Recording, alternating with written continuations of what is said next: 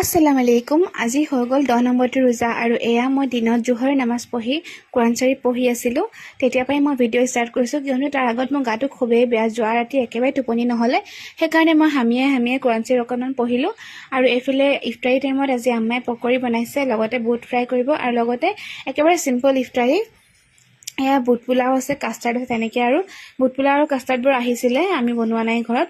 তেনেকৈ আৰু ইফতাৰীটো যোগাৰ কৰা হ'ল। একেবাৰে আজি চিম্পল, কাৰণ গাটো ভালো নাই আৰু বেছি কৰিবলৈ মন নগ'লে। তথাপিতো যিমানকণ যেনেকৈ হয় আৰু আলহামদুলিল্লাহ প্লেটখন যোগাৰ হ'ল ধুনীয়াকৈ। আৰু এয়া আমাৰ ইফতাৰী প্লেট ৰেডি হৈ গ'ল। ইফতাৰী প্লেট উলিওৱাৰ পিছত মই এতিয়া অকণমান তছবি লৈ আছোঁ, কিয়নো আজান হোৱালৈকে আমি দুৱাটোত পঢ়ি থাকিব লাগে। তাৰপিছত আজান হ'ল আৰু আমি এতিয়া ইফতাৰী কৰি আছোঁ। আৰু মোক চাহকণ লাগিবই, মানে ৰোজা মোৰ নাই, তথাপিতো মোক চাহকণ লাগিবই। আৰু এই চব মেকুৰীটো বহি কেনেকৈ চাই আছে, মই কি খাইছোঁ সেয়া চাই আছে, তাক লাগে মানে খাবলৈ। ভিডিঅ'টো শেষলৈকে চোৱাৰ বাবে বহুত বেছি ধন্যবাদ দেই। বাই।